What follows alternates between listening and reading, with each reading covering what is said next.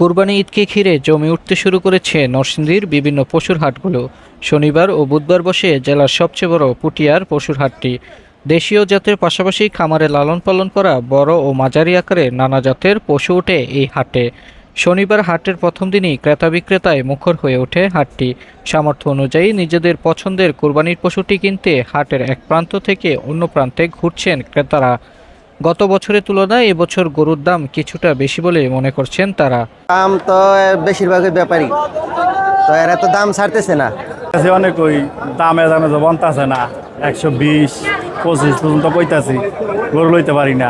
কিন্তু গরুর দাম মোটামুটি ভালোই, কিন্তু বেচা বিক্রি কম হচ্ছে আর কি। কিন্তু ক্রেতারা কিনতেছে না, বিক্রেতারা ছাড়তেছে না, এরা একটু দামের জন্য চাইতেছে, আর বিক্রেতা চাইছে একটু কমে। কিন্তু পছন্দ হচ্ছে গরু একটু কম হইলে ঠিক আছে দাম। শত বছর ধরে পুটিয়ার হাটটিতে পশু কেনা বেচা চলছে। কুরবানি ঈদ এলেই হাটের বেচাকেনা দ্বিগুণ বেড়ে যায়।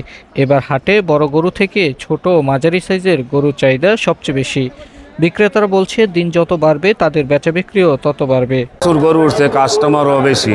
হ্যাঁ, আমি 10টা গরু বেচছি। দুইটা বিক্রি করলে আর একটা রয়েছে আর কি, এটা বেচলে আমার শেষ বিক্রি শেষ আর কি।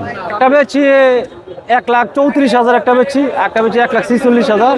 বিভিন্ন জায়গা থেকে, ঢাকা থেকে পর্যন্ত লোক আছে, ঢাকা, নারায়ণগঞ্জ, বিভিন্ন সিটি থেকেও গরু নিয়ে আসে, আমরাও আসি, কারণ এই বাজারে বেচা কিনে খুব ভালো হয়। আমিও আজকে নিয়ে আসছি। আমি এখন মাল আমার যে আনছিলাম গরু, এটি আমার বিক্রি শেষ। নরসিংদীতে স্থায়ী অস্থায়ী মিলে 48টি পশুর হাট বসছে। প্রতিটি হাটে নিরাপত্তা জোরদার সহ একাধিক মেডিকেল টিমও গঠন করা হয়েছে।